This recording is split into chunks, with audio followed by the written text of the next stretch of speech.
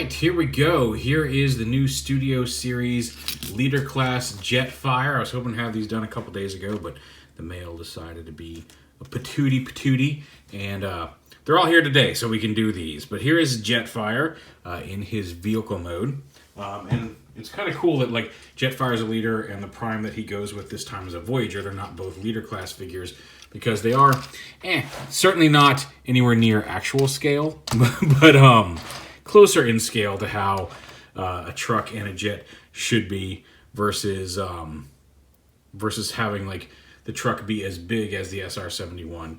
It does mean he's actually smaller combined than I was expecting, but it's not a bad thing. There's shelf space is at a premium, and it's a little bit more accurate and a lot less unwieldy than the previous combining leader class figures.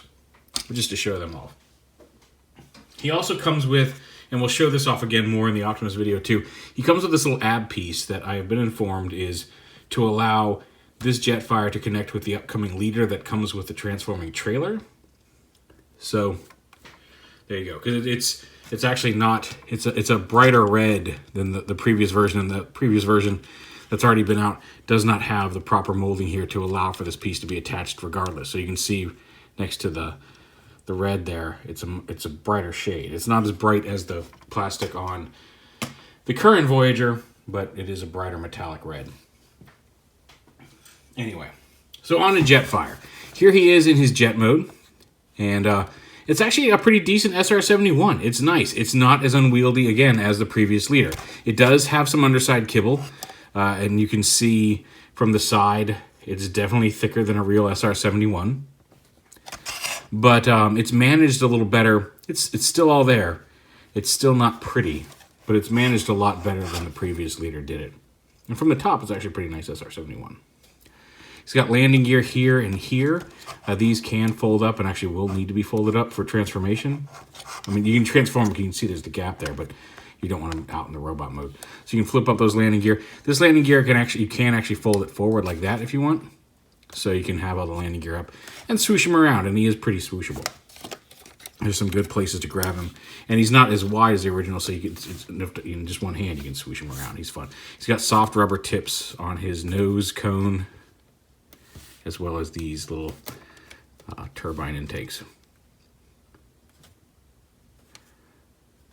But yeah, little yellow dot.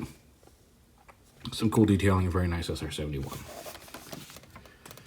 To transform him, we're going to come under here, and we're going to attach these little rubber straps. These are for combined mode as well as they'll come around on the robot mode, but they tab in right here. Just untab them and just let them hang loose. We're going to pop the axe off. Now the axe, I've been informed, I asked on Twitter, I thought this was just his cane that transformed into an axe when he used it, but it's separate. Apparently this is used, as I was told several times on Twitter when I asked. Apparently he uses this to beat up Mixmaster in the movie, but it just kind of sits under there, and it does actually integrate pretty well into the plane mode, not being obtrusive. In robot mode, if he's not holding it, it tags on awkwardly under the wings, and same with the Jet Power Prime. So this is probably going to end up going in a baggie and setting off to the side once I'm done with the reviews, because it's not integral to jet mode, and if he's not holding it, it just hangs awkwardly off one of his back wings. I'll show it, but so yeah, we take that off, and then we take the landing gear off. Just untab it. There's this little slot right here, pegs on. And this will also end up being, with the wheel folded up like that, this will also end up being a small arm gun that hooks onto the arm on Jet Power Prime. But also, when you unfold it, becomes his walking stick. Which again, we'll show off when we get to robot mode. So to transform him, we're just going to start off back here. Geez, where do we want to start? Pop these panels up, kind of crack it here so all this stuff starts coming undone. Pull these panels up and out to the side, open them up like that, and you can just kind of leave them open like that as we transform him. Because his whole torso, here comes his arms, his whole upper torso comes forward here. Go ahead and lift his arms up here, and then his legs are back here. You can see that this panel comes up. So there's his spine, basically, as all this comes around. But it's neat that it all stays connected. So bring that down, and tab the feet here, like that. And then untab have this other foot over here like that. And here's where we start getting all this stuff crazy. So bring this around, fold his crotch down, and snap it together like this. His feet, like now that we've untabbed this, you rotate this around, get this out of the way. Yep, nose, stay up there now for right now. So get the feet start transforming, fold them down, flatten them back out. There's a little panel in here, forms his outer toe that you got to get in there and flip that out as well. Bring his thigh, lift this up. This whole assembly right here at this hinge is a double hinge. I'll lift this up, and you'll need to flatten this down. We'll fold this up and fold it up onto his thigh like that. Just widen it out like that, and then fold the leg back and under, and then rotate it around like this. Bring his foot down, and then rotate his thigh around like that, and there you have a leg. Same on this side. Bring this down, flip this out, bring that down and around, bring that down, about his foot. Actually, if you do it right the first time, it takes less steps. Flip it around like that, and then lift this up, and pop this whole panel up and around and out. Just widen it, rotate his thigh around to the front now that you have the room. And there's his legs. And we'll get up here. See if we can get him to balance here with his floppy top, and we'll come up to the top and show off his top half. So here's his body. And we're gonna take this. These are open. The nose cone unpegs from his head. The very tip of this folds in, right here around the cockpit. Folds in like that. This whole assembly folds in half like this. I'm going to untab these two panels right here and bring this whole assembly down like that onto his back. So you bring this up. This is going to fold down a little bit like this. His spine collapses up kind of into his torso, really, like that. And then you got to fold this in side there, and then stand it all up like that. Get this all the way down in here. Should collapse more than that. There we go.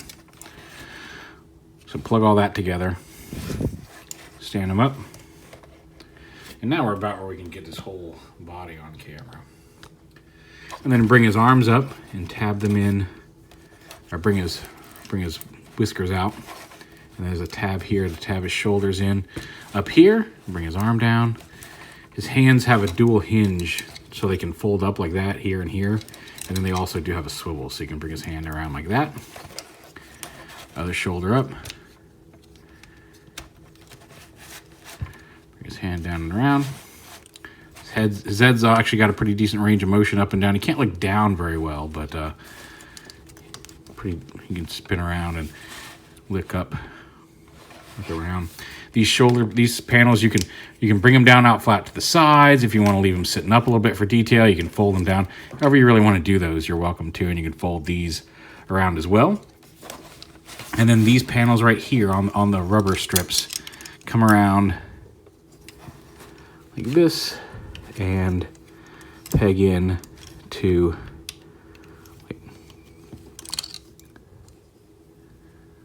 where's your slot? Should tab onto the side of the body, but now oh, there we go, like this. It's on the bottom side. So like that. Again, bring this around, just kind of through there, and then on the underneath there's a tab that goes right here on his side of his chest. To fold those in. And there is base mode Jetfire. Old man hunching over. He does have his cane. You can kind of get it from, well, actually you can't from underneath, because his hands have a 5mm hole, but then at the very, very bottom of them, it gets thinner, so you can't push anything all the way through. But he does have a circle here on the bottom of his hand, so if you want him to look like he's using his cane, you can kind of bring his arm down like that, bend it up like that, and then plug the cane in to his hand, and so he's kind of depending on how you have him positioned. You can bring his shoulder down a little bit too if you want. You can have him. You can actually have him supporting himself on his cane. Oh, came off. These do like to pop off with a little bit of.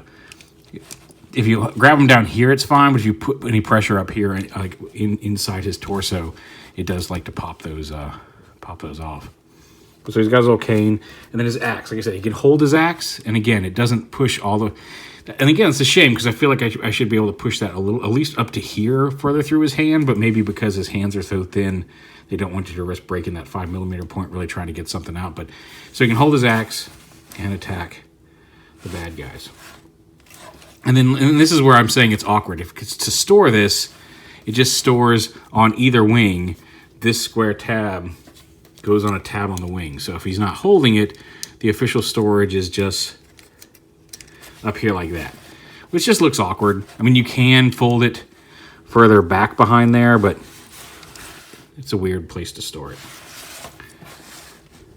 But yeah, I don't have the old original leader Jetfire, at least not anywhere I can get to. Again, I've had him totally. I guess if I bring his feet forward, make him more hunched, hunch him more, you can get him, bring his arm more straight in front of him. You can't actually have the cane touching the ground as he walks. There we go. Just got to make him really old and hunched. There we go. Oh, Agnes, my back. My grandfather, my wheel grandfather. Anyway, so there he is. There is Jetfire in robot mode. As I said, he's got pretty decent range of articulation. Like when he's hunched over, he's already looking down, but he can look up and get all wizened and in your face. He's got soft rubbery whiskers. His arms rotate forward and back, out to the side. Does have bicep swivel and elbow. We already mentioned the dual hinge wrists as well as the wrist swivel. He does not have a waist swivel, but he does have hips where that ratchet forward and back, swivel side to side. He does have a thigh swivel here. A little bit of a rotational there. That's mostly for the combined mode and transformation, but all the joints in the knee ratchet, so he's got a pretty good solid there. That, and he does have some ankle tilt. So you can get him in some variety of poses, although really he's I love that he's just an old man robot, and you can get him really into the character of just, oh, I'm so old.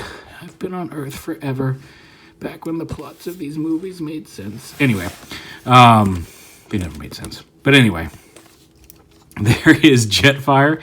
We'll show you off. He does combine with the new Voyager Prime. We'll do a size comparison in robot mode and show off the combination in Prime's video. I actually shot him first because he's way easier to take apart into his constituent armor bits from robot mode than pulling him apart from jet mode. So, but there's Jetfire. He's very cool and cooler than I would have thought for an old man robot. Like when I first saw pictures of him, I'm like, I guess that's okay. And having him in hand, I'm really having a lot of fun with him. Pyramid fight scene backdrop, because I always forget. Leader Jetfire, pyramid backdrop. Bye-bye.